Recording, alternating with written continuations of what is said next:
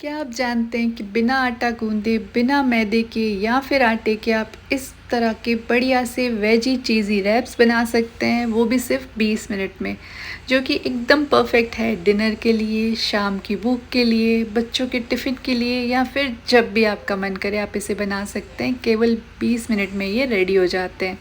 तो इन यम्मी से रैप्स को बनाने के लिए कढ़ाई में 1 चम्मच तेल गरम कर लेंगे। उसमें 6-8 कलियां लहसुन की क्रश करके या फिर इस तरह से बारीक कट करके डालनी है और उसे ना कुछ देर के लिए सौटे कर लेना है जब तक उसका कच्चापन निकल जाए। फिर उसमें डाल देंगे 1 बड़ा प्याज, उसे भी इस तरह से बारीक कट कर लेना है। बहुत ज़्यादा बारीक ना करें सब्जियों को। और इसे भी हल्का सा सौटे कर लेंगे जब तक कि हल्का गुलाबी हो जाए और इसका कच्चापन ना निकल जाए। और बाकी की सब्जियों में यहाँ पे मैंने लिया है कैप्सिकम और एक गाजर ली है। सब्जियाँ आप अपनी पसंद की कोई भी यूज़ कर सकती हैं। साथ ही मैं यहाँ पे बॉइल कॉर्न भी डाल रही हूँ और इसी के साथ ना हम इसे थोड़ा सा सौटे कर लेंगे। जो सारी सब्जियाँ हैं ना वो एकदम बारीक ना कट करके थोड़े थोड़े पीसेस में अगर आप कट करेंगे ना तो जो बाइट करते समय जो क्रंच आएगा ना बहुत ही बढ़िया लगेगा। साथ ही एक टमाटर लिया है, उसे भी इस तरह से कट कर लेना है, थोड़ा सा नमक डाल देना है और सबको बढ़िया तरीके से अब मिक्स कर लेना है। तो सब्जियों को हमें गलने रखना है तो हम इसे ढक करके पकाएंगे, लेकिन हाँ सब्जियों को ना बहुत ज़्यादा गलाना नहीं है। थोड़ी सी ये क्रंची होगी ना तो खाने में बहुत मज़ा आएगा। अब बस कुछ देर के लिए ना इन्हें ढक कर के पकाएंगे हम जब तक कि ये सॉफ्ट हो जाए, टमाटर अच्छे से पक जाए। तब तक हम आउटिंग कवरिंग बना लेंगे रैप्स की। तो उसके लिए ना यहाँ पे एक बोल में मैं ले रही हूँ सूजी, मोटी या पतली आप कोई भी सूजी ले सकते हैं। 1 कटोरी सूजी में हम डाल देंगे 1/4 कटोरी दही और 1 कटोरी भर करके हमें इसमें पानी डाल देना है। अब सबको कर देंगे अच्छे से मिक्स और इसे ना 10 मिनट के लिए हमें रेस्ट दे देना है, जिससे कि ना सूजी अच्छे से सोख हो जाएगी, फूल जाएगी। तो चलिए इसे ढक देते हैं और 10 मिनट के लिए इसे साइड में छोड़ देते हैं। तब तक देखिए हमारी स्टफिंग भी ना अच्छे से रेडी हो चुकी है, गल चुकी है सारी सब्जियां। तो अब मैं इसमें डाल रही हूँ शेज़वान सॉस। अगर आपके पास ये नहीं है तो आप पिज़्ज़ा पास्ता सॉस भी डाल सकते हैं।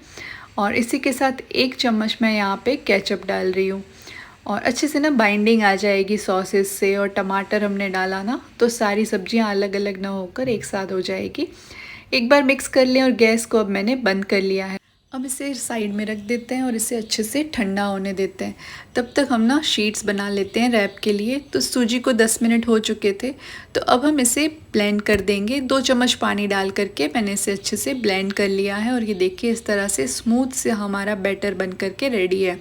तो इसमें 2 चम्मच पानी मैं और डाल रही हूँ और साथ ही देखिए मैं आपको एक बार कंसिस्टेंसी इसकी दिखा देती हूँ। इस तरह की फ्लोई सी एकदम स्मूथ सा बैटर होना चाहिए, तो ये शीट्स ना पतली और बढ़िया बनेगी।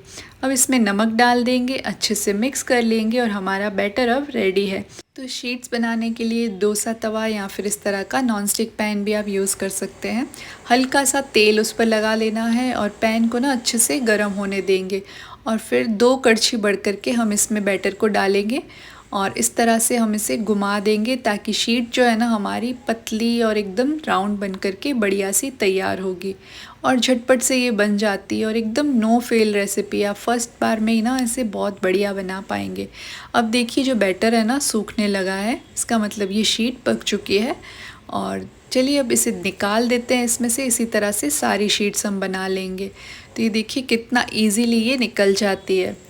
देखिए बढ़िया सी शीट तैयार है। अब इसी तरह से दूसरी शीट्स बनाएंगे और जब हम इसे बना रहे हैं ना, मतलब सारी शीट्स हम बना रहे हैं, तो एक के ऊपर जब हम एक रखें तो उसके पहले आप तेल ज़रूर से लगाइएगा, नहीं तो ये सारी ना आपस में चिपक जाएंगी।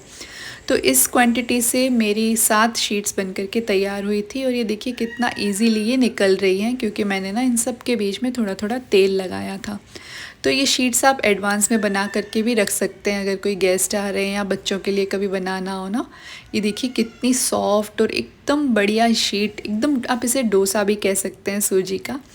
तो चलिए अब मैं आपको बताती हूँ कि इसे रैप कैसे करना है। तो इसे हम फोल्ड कर देंगे इस तरह से हाफ में और फिर जो स्टफिंग हमने बना के रखी है ना वो स्टफ़ करनी है इसमें। तो जनरस अमाउंट में हम इसे स्टफ़ करेंगे।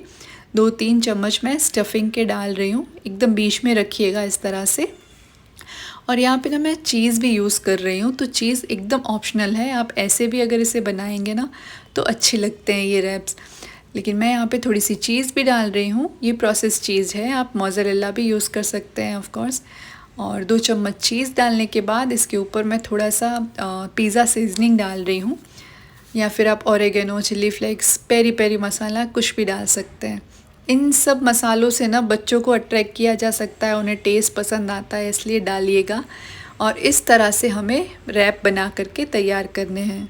तो सारे रैप्स एक साथ तैयार कर देंगे हम। ये दिखने में जितने अच्छे लग रहे हैं ना, खाने में ये उतने ही स्वादिष्ट बनते हैं और हेल्दी हैं।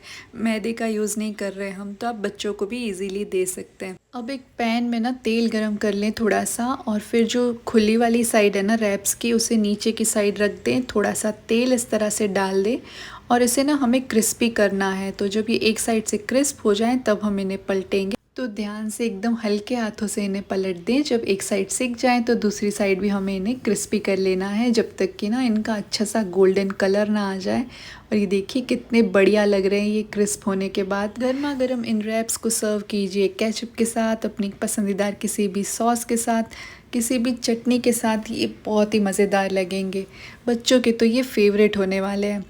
Thank you so much for watching and bye bye.